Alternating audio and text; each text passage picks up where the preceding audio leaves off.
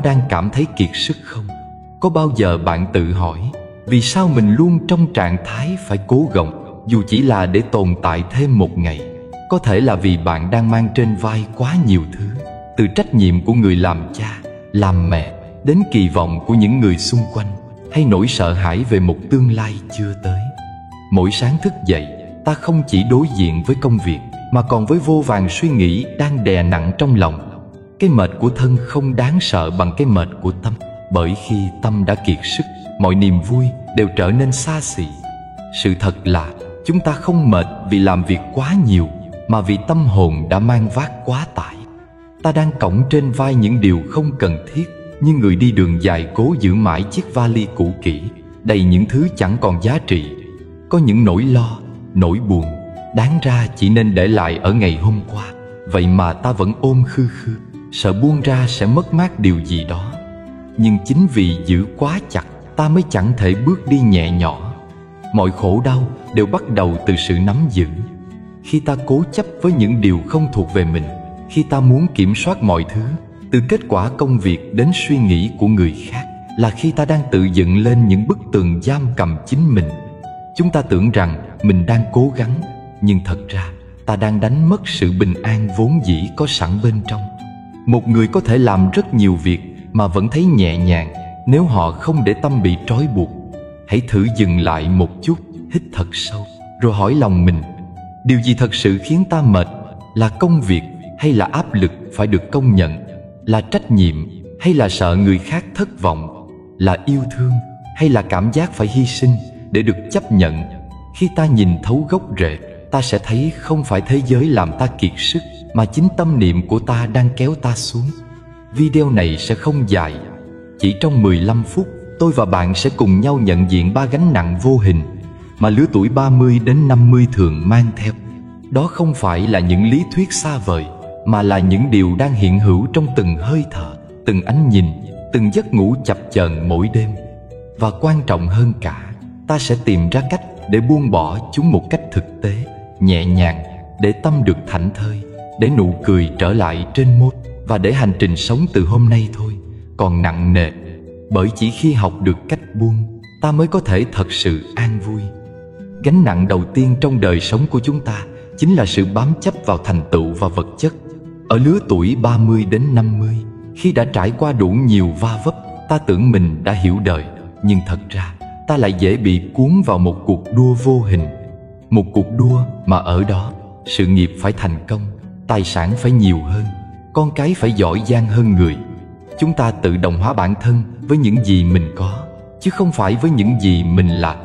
Chúng ta tin rằng chỉ khi đạt được điều gì đó lớn lao, người khác mới tôn trọng ta, xã hội mới công nhận ta, và ta mới có quyền cảm thấy hạnh phúc. Nhưng càng theo đuổi, ta càng thấy mình rơi vào một chiếc hố sâu không đáy. Có người nói rằng đời là cuộc hành trình tìm kiếm ý nghĩa, nhưng lắm khi ý nghĩa ấy lại bị đánh tráo thành danh vọng, tiền tài, nhà cao cửa rộng. Một ngôi nhà sang trọng không thể lấp đầy khoảng trống của tâm hồn. Một tài khoản ngân hàng nhiều số không thể thay thế những đêm dài trằn trọc. Chúng ta cố gắng xây dựng một bức tường của sự an toàn bằng vật chất, nhưng lại quên rằng bức tường ấy càng cao, ta càng tự nhốt mình bên trong.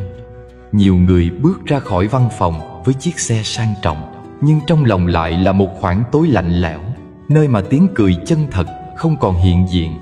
Câu chuyện của ông Lâm là một minh chứng sống động. Ông từng là một giám đốc thành đạt, có quyền lực, có tiền bạc, có địa vị mà ai cũng mơ ước. Ông từng tin rằng hạnh phúc là khi có thể ra lệnh, khi người khác phải cúi đầu.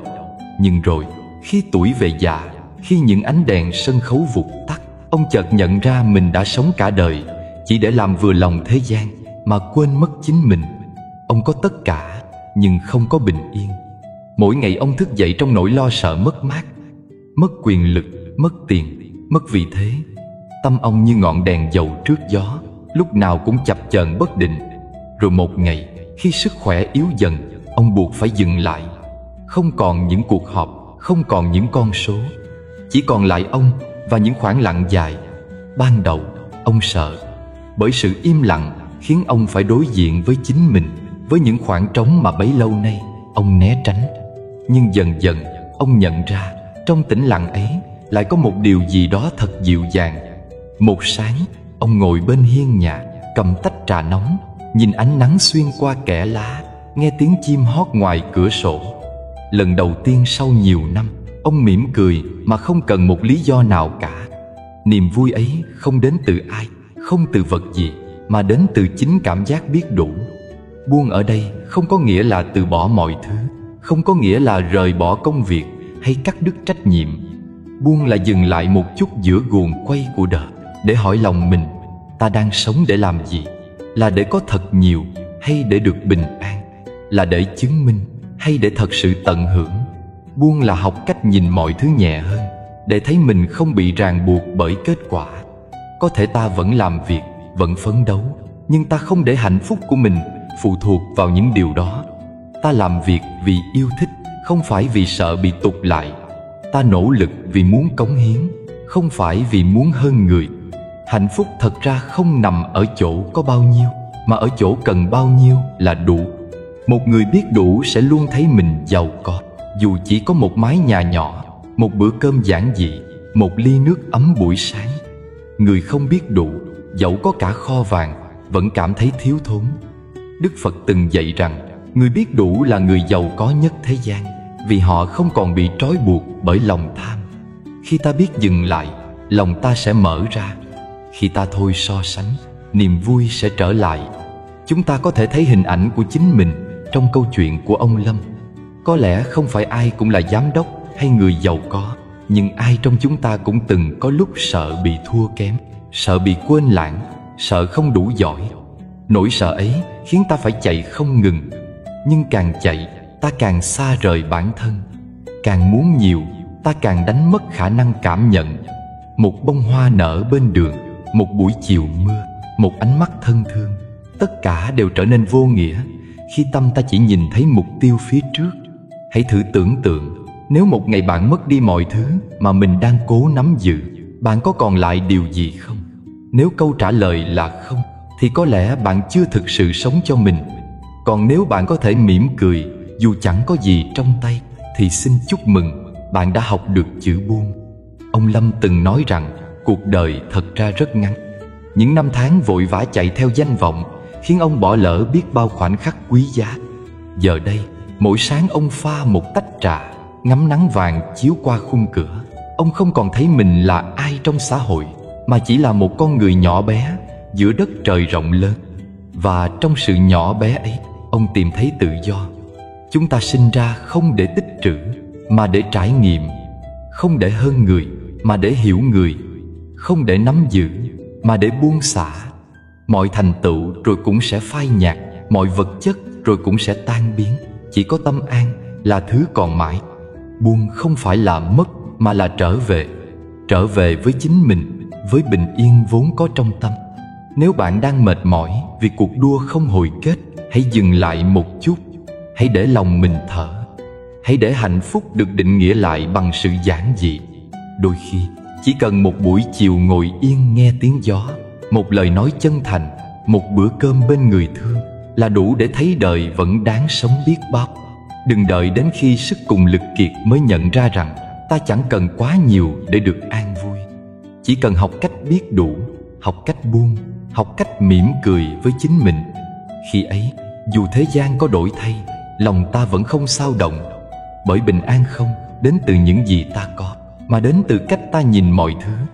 Và khi ta biết đủ, thì ngay cả một tách trà buổi sáng thôi cũng có thể trở thành điều hạnh phúc nhất trong đời. Gánh nặng thứ hai trong đời sống này chính là những oán giận và tổn thương của quá khứ. Có lẽ ai trong chúng ta cũng từng bị ai đó làm tổn thương, từng nghe một lời nói khiến tim mình nhói đau, từng chứng kiến một mối quan hệ tan vỡ mà ta nghĩ rằng sẽ chẳng bao giờ kết thúc. Có những ký ức tưởng như đã trôi xa, nhưng chỉ cần một hình ảnh, một âm thanh, một câu nói thoáng qua là mọi cảm xúc lại ùa về như cơn mưa không báo trước. Chúng ta mệt mỏi không phải vì quá khứ quay lại, mà vì ta vẫn chưa thật sự buông tay nó. Một lời xúc phạm từ 10 năm trước, một sự phản bội, một ánh nhìn lạnh lùng, tất cả trở thành những vết sẹo ta giấu trong tim. Ta tưởng thời gian sẽ xóa nhỏ, nhưng thật ra thời gian chỉ làm cho lớp bụi phủ dày hơn. còn nỗi đau vẫn nằm đó, chờ được chạm đến. Càng cố quên, ta càng nhớ, càng né tránh, nó càng hiện diện. Bởi vì nỗi đau không thể chữa lành bằng cách lẩn tránh, mà chỉ có thể được xoa dịu khi ta đối diện với nó bằng sự hiểu biết và lòng từ bi. Câu chuyện của cô Hạnh là một ví dụ sâu sắc. Cô là một giáo viên, một người phụ nữ hiền lành, từng sống trọn vẹn trong tình yêu. Nhưng rồi hôn nhân của cô tan vỡ. Người chồng mà cô từng hết lòng tin tưởng rời đi, để lại trong cô một khoảng trống lớn không gì lấp đầy. Ban đầu cô cố tỏ ra mạnh mẽ, vẫn đến lớp, vẫn cười với học trò, nhưng bên trong là cả một bầu trời vỡ vụn. Cô giữ lại những lá thư cũ, những tấm ảnh, những món quà nhỏ mà người ấy từng tặng. Mỗi khi nhìn thấy, cô lại vừa đau vừa không nỡ buông. Căn phòng nhỏ của cô trở thành nơi trú ẩn của những ký ức. Trên bàn, trong ngăn tủ, trong những cuốn sổ, đâu đâu cũng là dấu vết của một quá khứ không chịu rời đi. Cô tự nhủ rằng mình chỉ muốn giữ lại như một kỷ niệm, nhưng thật ra sâu thẳm trong lòng, cô vẫn hy vọng một ngày người ấy sẽ quay lại. Mỗi lần mở ngăn tủ, chạm vào tấm ảnh cũ, cô lại khóc. Và chính những giọt nước mắt ấy là sợi dây vô hình trói cô vào nỗi đau ngày cũ. Rồi có một hôm, trong buổi chiều mưa, cô ngồi lặng bên cửa sổ, nhìn ra khoảng trời mờ ảo. Bỗng cô nhận ra rằng việc mình giữ mãi những thứ này không khiến người kia đau khổ. Người ấy có thể đã hạnh phúc ở một nơi khác, còn người vẫn ở đây chịu đựng từng ngày lại chính là cô. Cô chợt hiểu, những vật kỷ niệm này không còn là dấu ấn của tình yêu, mà là gánh nặng của quá khứ. Càng ôm giữ, lòng càng nặng. Tối hôm đó, cô lấy ra một chiếc hộp nhỏ. Trong hộp là tất cả những thứ gắn liền với người xưa: thức, ảnh, khăn, chiếc nhẫn nhỏ. Cô nhìn từng món, nụ cười và nước mắt hòa lẫn. Rồi cô viết lên một tờ giấy vài dòng đơn giản: cảm ơn vì đã đến, và cũng cảm ơn vì đã rời đi. Cô đặt tờ giấy vào hộp rồi mang ra sân sau. Dưới ánh lửa nhỏ, những kỷ vật dần cháy thành tro. Ngọn lửa vàng lay động, phản chiếu trong đôi mắt đẫm nước, nhưng không còn đau đớn, chỉ còn sự nhẹ nhõm. Buông ở đây không phải là quên đi. Không ai bắt ta phải quên. Quên là điều bất khả, bởi những gì từng chạm vào tim sẽ mãi còn dấu vết. Nhưng buông là chấp nhận, là dừng lại việc chống đối thực tại, là hiểu rằng quá khứ đã xảy ra và không thể nào khác được. Buông là thôi trách người, thôi oán đời, và bắt đầu học cách thương chính mình. Hành động buông của cô Hạnh không phải là sự yếu đuối, mà là dũng cảm. Dũng cảm đối diện với tổn thương, dũng cảm bước ra khỏi vùng an toàn của nỗi đau, dũng cảm để sống tiếp. Khi cô tự thương lấy mình, cô không còn muốn trả thù, không còn muốn níu kéo, cũng không còn mong ai đó hiểu cho nỗi đau của cô nữa. Bởi cô biết chẳng ai có thể chữa lành cho mình ngoài chính mình. Sau ngày hôm đó, cô thay đổi dần dần. Buổi sáng, cô bắt đầu pha một tách trà thay vì cuộn tròn trong chăn. Cô mở cửa sổ đón nắng, trồng thêm vài chậu hoa nhỏ. Trong lớp học, tiếng cười của học trò bỗng trở nên ấm áp hơn. Cô bắt đầu nhận ra rằng cuộc sống vẫn đang diễn ra, và nó chưa từng bỏ rơi cô. Cái mất đi chỉ là một phần của câu chuyện, không phải toàn bộ cuộc đời. Nhiều người nghĩ buông bỏ là sự mất mát, nhưng thật ra buông là một hành động yêu thương sâu sắc nhất dành cho chính mình. Khi ta buông, ta ngừng tự hành hạ bản thân bằng quá khứ. Khi ta buông, ta cho phép mình được tự do. Buông không có nghĩa là xóa sạch ký ức, mà là để ký ức được nằm yên, không còn đè nặng lên tim. Có người hỏi, làm sao để biết mình đã thật sự buông? Câu trả lời là khi nhắc đến điều cũ, lòng ta không còn nhói đau. Khi ta có thể nhớ lại mà thấy bình yên, đó chính là lúc ta đã buông. Không còn mong người khác xin lỗi, không còn cần một lời giải thích, không còn muốn chứng minh ai đúng ai sai. Ta chỉ mỉm cười vì đã đi qua được cơn bão trong lòng. Quá khứ giống như một dòng sông, nếu cứ cố giữ lấy, nước sẽ đọng lại và trở nên đục ngầu. Chỉ khi để nó chảy đi, dòng nước mới có thể trong lại. Con người cũng vậy, nếu cứ ôm giữ những tổn thương, tâm ta sẽ mãi u tối. Nhưng khi biết để cho mọi chuyện trôi qua, ta mới có thể thấy lòng mình sáng lên. Một người biết buông không phải là người quên nhanh, mà là người hiểu sâu. Hiểu rằng mọi sự xảy ra đều có nguyên nhân, và rằng mỗi vết thương đều đến để dạy ta điều gì đó. Có khi nhờ bị phản bội, ta học được cách yêu bản thân hơn. Có khi nhờ mất mát, ta học được cách trân quý những gì còn lại. Và có khi nhờ một lời nói khiến ta tổn thương, ta học được cách im lặng và bao dung. Buồn không phải là kết thúc, mà là khởi đầu, là cánh cửa mở ra cho một tâm hồn mới, nhẹ hơn, sáng hơn, tự do hơn. Khi cô Hạnh đốt đi những lá thư cũ, cô không đốt ký ức mà đốt đi những trói buộc vô hình. Ngọn lửa ấy chính là biểu tượng của sự thức tỉnh. Nếu bạn đang mang trong lòng những vết thương chưa lành, hãy nhớ rằng không ai khác ngoài. Bạn có thể tháo gỡ được sợi dây ấy. Bạn không thể thay đổi người khác, không thể viết lại quá khứ, nhưng bạn có thể chọn tha thứ, chọn thương mình thêm một lần nữa. Tha thứ không phải vì người kia xứng đáng, mà vì bạn xứng đáng được bình an. Khi ta biết tự thương mình, ta không còn sống trong bóng tối của quá khứ nữa. Ta bắt đầu nhìn cuộc đời bằng đôi mắt khác, đôi mắt của sự cảm thông, của lòng nhân hậu. Ta hiểu rằng người từng làm ta đau cũng chỉ là kẻ đang lạc lối trong khổ đau của chính họ. Và khi ta hiểu được điều đó, oán giận tan biến, chỉ còn lại sự tĩnh lặng của một tâm hồn trưởng thành. Một ngày nào đó, khi nhìn lại những gì đã qua, ta sẽ mỉm cười và thầm nói: cảm ơn những tổn thương, vì nhờ chúng ta mới biết thế nào là chữa lành. Và đây là gánh nặng thứ ba, cũng là gánh nặng phổ biến nhất mà hầu như ai trong chúng ta cũng đang mang. Những lo âu không có thật. Con người sinh ra với một tâm trí rất kỳ lạ. Nó hiếm khi chịu ở yên. Dù thân đang ở hiện tại, tâm lại hoặc chạy về quá khứ để nuối tiếc, hoặc chạy đến tương lai để lo lắng. Một người đang ngồi yên giữa căn phòng, nhưng đầu óc đã lang thang đến tháng tới, đến năm sau, đến những điều chưa hề xảy ra. Và chính điều ấy khiến ta mệt mỏi hơn bất cứ công việc nào. Chúng ta thường nói rằng mình mệt vì công việc, vì cuộc sống, vì áp lực. Nhưng nếu nhìn kỹ, ta sẽ thấy phần lớn sự mệt mỏi ấy không đến từ bên ngoài, mà đến từ những kịch bản tưởng tượng do chính ta tạo ra. Bao nhiêu lần bạn nằm trằn trọc giữa đêm, mắt mở to nhìn lên trần nhà, lo sợ rằng mình sẽ thất bại, rằng ai đó sẽ bỏ rơi mình, rằng tương lai sẽ tăm tối. Bao nhiêu lần bạn chưa kịp sống cho hôm nay, đã vội nghĩ đến ngày mai. Tâm trí cứ như con ngựa bất kham, càng cố giữ, nó càng chạy. Những lo âu ấy thật ra không có thật. Chúng chỉ là những câu chuyện mà tâm trí tự vẽ ra. Giống như một bộ phim mà ta vừa là đạo diễn, vừa là diễn viên chính, vừa là khán giả ngồi xem, và rồi tự làm mình sợ hãi. Khi ta sợ mất việc, ta tưởng tượng cảnh mình nghèo khổ. Khi ta lo bệnh tật, ta tưởng tượng những điều tồi tệ nhất. Khi ta lo con cái không nghe lời, ta tưởng tượng chúng sẽ hư hỏng. Tâm trí cứ dựng lên hết kịch bản này đến kịch bản khác, khiến ta sống trong một thế giới của ảo tưởng mà quên mất thực tại đang yên bình biết bao.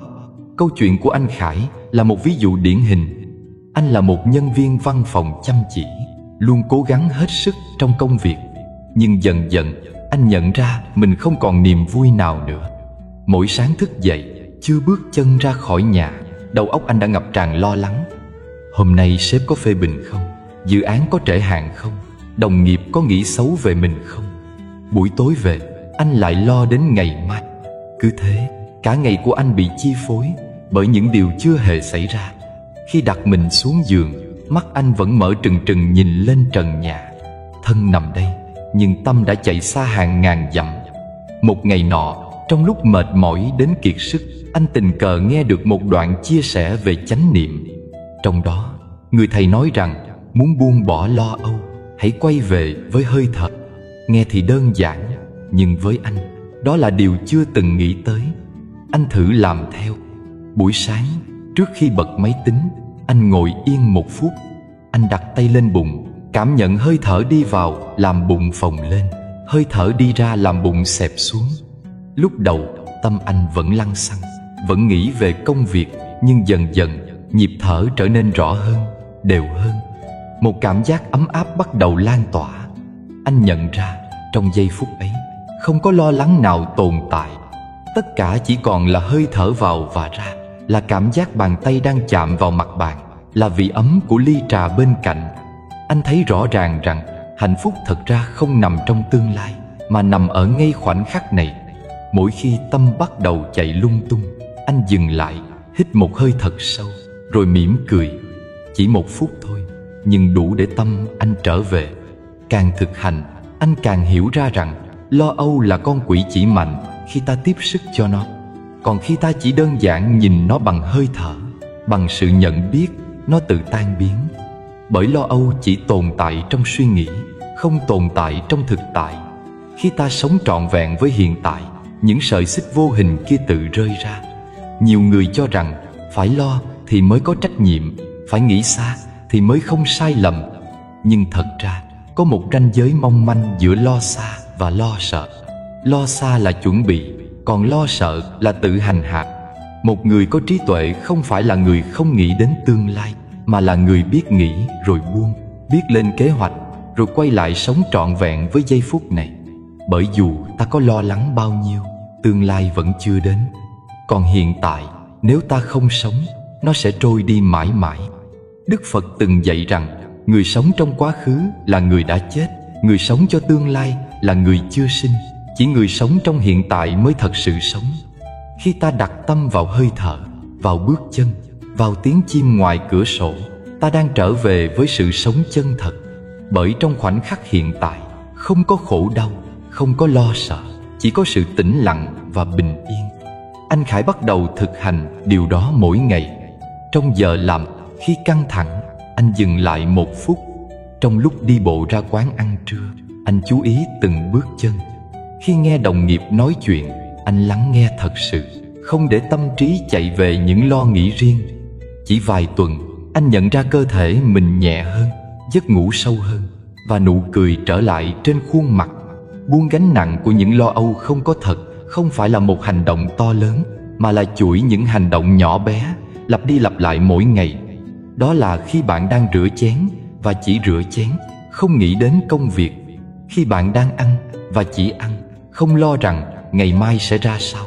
Khi bạn đang nói chuyện với ai đó và chỉ lắng nghe họ, không để tâm trí lang thang. Từng khoảnh khắc ấy chính là từng mảnh của bình an. Hạnh phúc thật ra rất giản dị. Nó không đòi hỏi bạn phải đạt được điều gì, không yêu cầu bạn phải là ai khác. Nó chỉ cần bạn có mặt trọn vẹn trong giây phút này. Khi bạn uống một tách trà, hãy thật sự cảm nhận vị ấm lan trong miệng.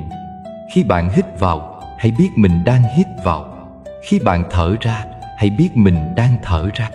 Chỉ thế thôi mà bạn đã bước ra khỏi mê cung của lo âu.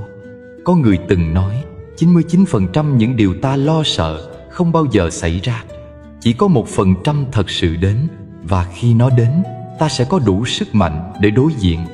Nhưng vì 99% kia, ta lại đánh mất 100% sự bình yên của hiện tại. Thật đáng tiếc, phải không? Nếu bạn đang lo lắng cho một điều gì đó, hãy thử dừng lại, nhắm mắt, hít một hơi thật sâu, cảm nhận bàn chân đang chạm đất. Bạn sẽ thấy rằng trong khoảnh khắc này, mọi thứ vẫn ổn. Trời vẫn xanh, hơi thở vẫn ra vào, tim vẫn đập đều.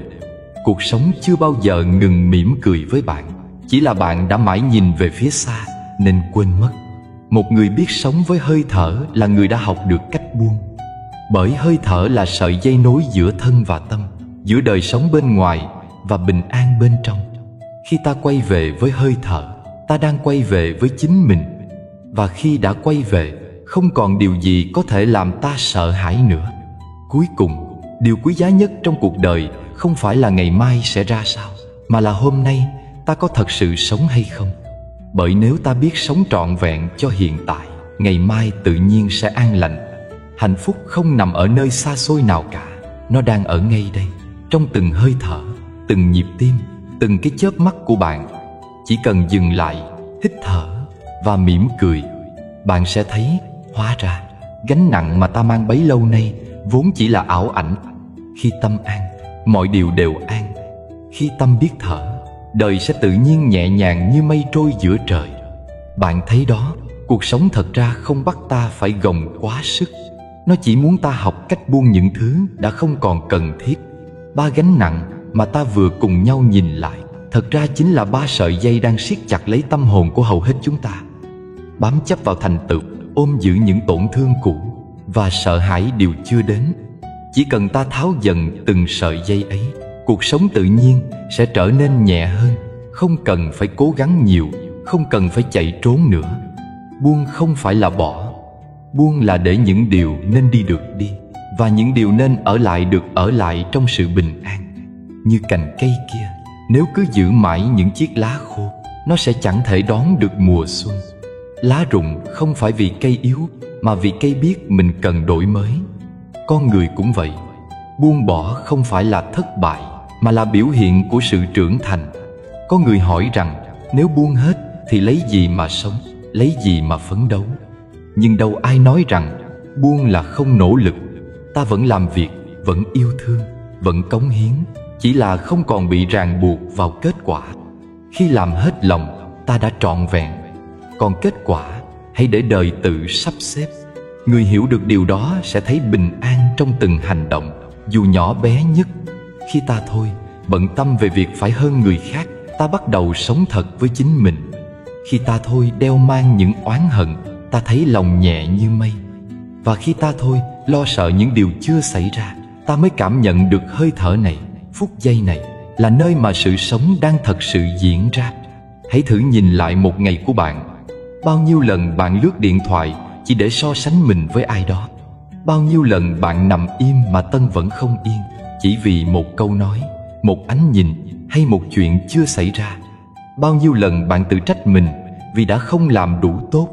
Nếu cộng lại, có lẽ phần lớn mệt mỏi trong đời không đến từ công việc, mà đến từ những suy nghĩ không dừng được trong đầu. Có một điều kỳ diệu xảy ra khi ta học cách buông. Tâm ta bắt đầu lắng lại. Khi tâm yên, mọi chuyện đều trở nên rõ ràng. Những điều từng khiến ta giận dữ giờ chỉ như gió thoảng qua vai. Những người từng khiến ta đau lại trở thành bài học giúp ta trưởng thành. Và cả những lo âu từng làm ta mất ngủ, giờ hóa ra cũng chỉ là những đám mây trôi ngang bầu trời tâm trí. Hãy thử tưởng tượng, sáng mai khi bạn thức dậy, thay vì vội vã kiểm tra tin nhắn hay nghĩ đến công việc, bạn chỉ cần hít sâu một hơi, thả lỏng vai, rồi mỉm cười. Bạn vẫn là bạn, vẫn có những điều cần làm, nhưng bạn không còn bị nỗi lo điều khiển. Khi ấy, bạn đang sống thật, không phải sống để chứng minh, mà là sống để cảm nhận. Hãy nhớ, buông không đến từ lý trí, mà từ trải nghiệm. Chỉ khi bạn thực sự chạm đến nỗi đau, thấu hiểu nó, rồi nhìn thấy sự vô thường của mọi thứ, bạn mới có thể nhẹ nhàng nói, tôi đã sẵn sàng để buông. Như ông Lâm đã từng, sau cả đời chạy theo danh vọng, ông mới nhận ra hạnh phúc đơn giản chỉ là một tách trà sáng. Như cô Hạnh, sau những năm tháng ôm giữ tổn thương, cô hiểu rằng tha thứ không phải vì người khác, mà là vì chính mình.